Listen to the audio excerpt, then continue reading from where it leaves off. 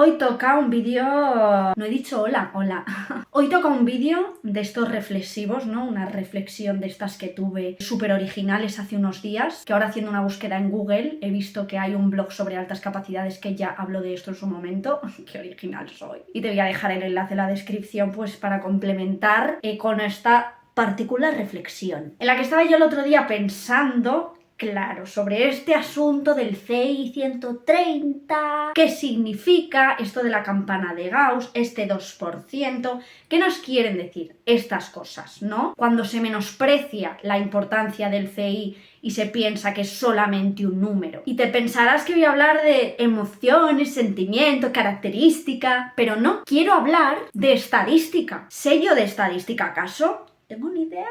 Bueno, saqué un 9 en la carrera, pero como tengo ansiedad matemática, pues claro, esa parte, ¿no? Como que una vez superé la estadística de la universidad, dije, no quiero más. Pero bueno, sí que me parece importante y necesario entender que es importante entender un mínimo de estadística para comprender qué nos dicen esos datos. Pero sobre todo, ya lo digo desde aquí por si algún profesional me está viendo, lo más importante es que los profesionales que llevan a cabo una evaluación sepan de estadística. ¿Es así en todos los casos? No lo sé porque no conozco todos los casos. Pero bueno, hay de todo en la viña del señor. Y te lo dice una que ha estudiado pedagogía, ha estudiado en una facultad de educación y sabe de buena tinta que estadística es una de las asignaturas que más se atragantan a los pedagogos, a los maestros y a Tokiski. ¿Qué pasa? Que luego esa gente, profesionalmente, muchos pedagogos y psicopedagogos... Ay, me acabo de acordar que yo quería hacer un vídeo sobre pedagogía. No, pues es para dentro de 2 semanas.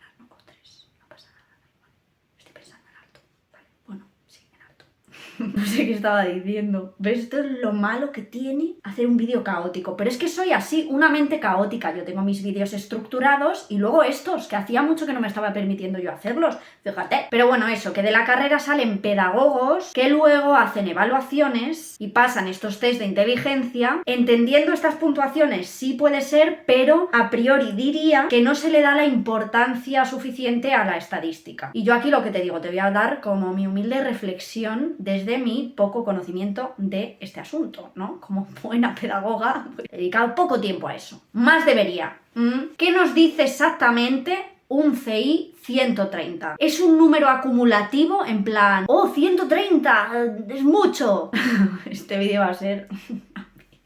Si vemos nuestra conocidísima campana de Gauss, te voy a dejar por aquí delante de mi cara, sabemos que un CI 130 por encima corresponde aproximadamente a un 2% de la población, lo que equivale a 2 desviaciones típicas por encima de la media, estando la media en 100. Es decir, el CI te dice en qué punto está esa persona con respecto a la población general, acumulando, por así decirlo, todas las puntuaciones de todas las personas de una misma edad. Entonces te dice en qué punto está ese sujeto en comparación con el resto, o cuánto se desvía o se disipa de la media. Entonces, ¿qué nos está diciendo realmente este 130? Pues nos está diciendo que es una puntuación poco común, poco habitual, que se distancia mucho de la media y que es altamente improbable obtener por azar o por entrenamiento, solamente por entrenamiento. Es una minoría estadística, colegas, y eso es lo importante. Pero hay que ver más allá del número en los dos sentidos. Estoy haciendo 4, ¿no? Pero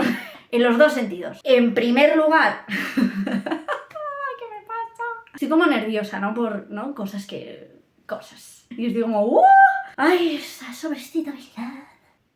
En primer lugar, ¿qué significa el 130 o el percentil 98? Es decir, menos sujetos, una puntuación más infrecuente, que se aleja de la media o que es poco habitual, por lo tanto. Y en segundo lugar, ¿qué nos dicen los estudios sobre estas personas poco habituales? Es decir, podríamos considerar que es una diferencia cognitiva poco habitual. Cuando se habla sobre características de las personas con altas capacidades, lo que realmente se está haciendo es estudiar en esa parte que cuantitativamente hemos visto que son una minoría, qué características tienen dentro de ese grupo que les diferencien de la población general. Y de ahí obtenemos que, por ejemplo, para hacer una valoración de altas capacidades es importante también evaluar creatividad, personalidad, la historia vital, escolar de la persona, fortalezas y debilidades, independientemente esto es opinión mía, de si es antes el huevo o la gallina. Es decir, si estas personas del 2% superior de la población en esta variable en concreto, que llamamos inteligencia, tienen unas características determinadas por esta condición o determinadas por el contexto porque tienen esta condición. No sé si me explico. En cualquier caso, ya hablemos de características intrínsecas o de características que puedan ser consecuencia de un contexto determinado, son importantes en tanto que nos hablan de las cosas que tienen en común todas estas personas del CI 130 para sumar información. Es decir, vale, estadísticamente el CI 130 y el estar en un 2% por encima de la población nos está diciendo esto, que es una minoría, que se alejan mucho de la media, etc. Y aparte al estudiarles vemos que tienen unas necesidades especiales. Y aquí voy a poner el ejemplo que se me ocurrió el otro día pensando que yo era muy original cuando en realidad no lo soy, es que nos pensamos que... Pero no lo somos. Somos humanos similares llegando a conclusiones muy parecidas. Imaginemos esta campana de Gauss con la altura de la población. En este caso, pongamos que un 2% de la población mide más de 2 metros. Eso es una altura enorme. Entonces, cuantitativamente, esa puntuación te dice que hay muy pocas personas que midan 2 metros, que son muy altos, pero además, si estudiamos a esa población, ¿con qué necesidades podemos encontrarnos? Necesitan pantalones hechos a medida, necesitan más tela en el pantalón, porque van a ir a una tienda normal y se les van a quedar pesqueros. Necesitan zapatos hechos a medida, porque tú imagínate ponerte un zapato 5 números por debajo del tuyo, o sea, es que te revientan los pies. Vamos, que es mejor casi ir descalzo. O que se tengan que agachar cada vez que hay una puerta bajita, porque si no se estampan la cabeza. Ese tipo de particularidades. Y esto quería explicarlo por lo siguiente, y es para introducir de nuevo algo de lo que he hablado en este canal con mis vídeos, con Paloma, que te dejo en la descripción y en los títulos, las etiquetas del final del vídeo, y es el absurdo de poner en el 130 una barrera infranqueable, es decir, 131 sí, 129 no, y 130 sí o no, sí. Lo incluimos, ¿no? Vale. Porque imagínate que hacemos lo mismo con la altura de las personas. O sea, una persona que mide 2 metros, le van a ayudar a hacerse pantalones a medida, zapatos a medida, les van a ayudar con sus problemas de rodilla por tener que agacharse constantemente para entrar por los sitios. Pero ¿qué pasa con la persona que mide 1,99? Puede tener las mismas necesidades, ¿verdad?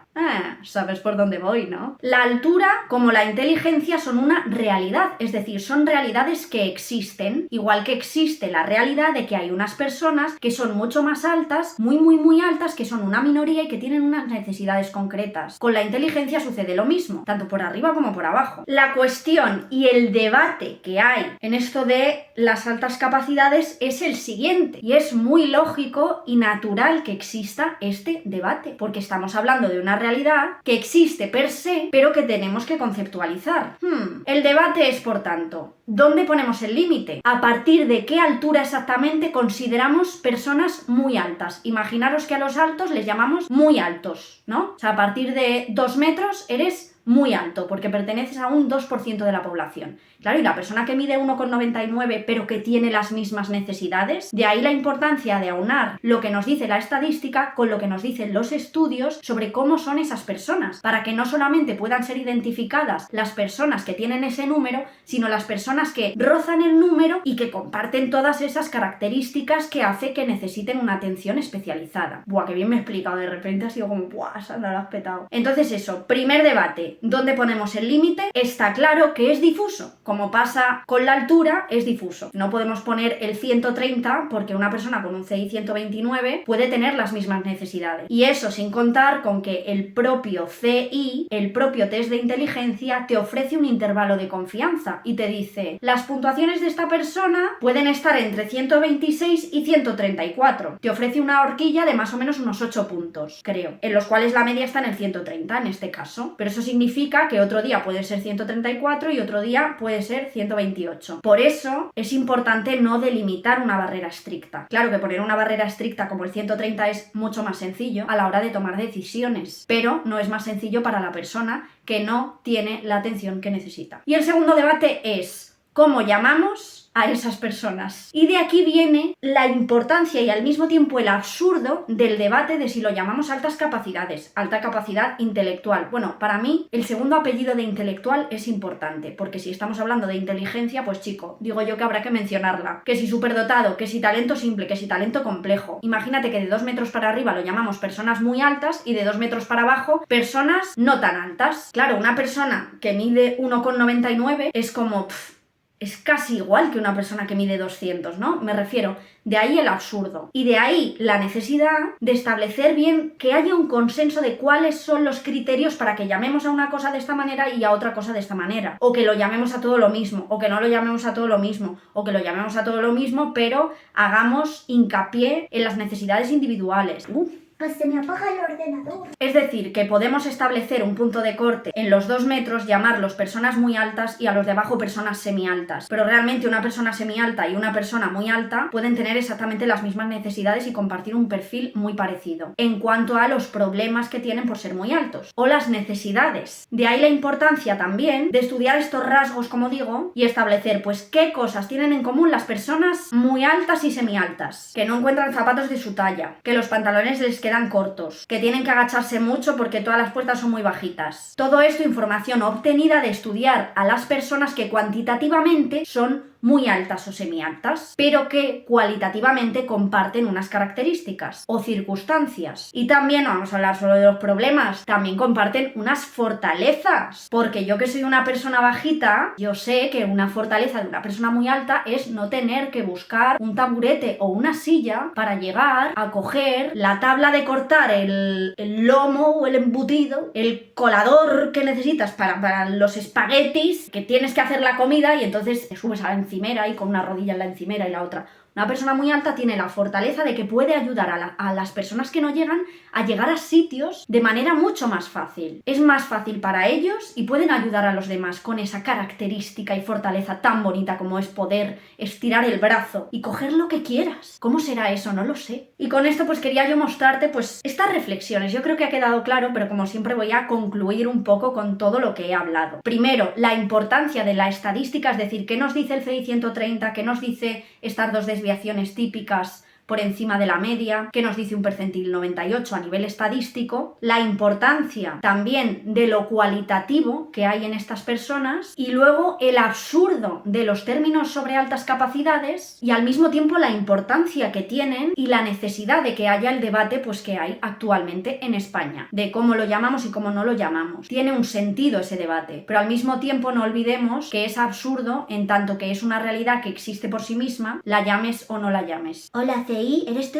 Soy Sandra. Y también cómo lo vinculamos con la puntuación del CI, en el sentido de que lo interesante es conocer estas características que hemos estudiado y que se dan en individuos que tienen un CI 130 o por encima, pero también en otros que están un poco por debajo o rozando. En fin, de nada por este vídeo tan didáctico. Te dejo un artículo que he visto en una página web sobre altas capacidades, muy en la línea con esto y que puede ser interesante para complementar, porque así soy yo, generosa chica. Nos vemos en el próximo vídeo. Saludos.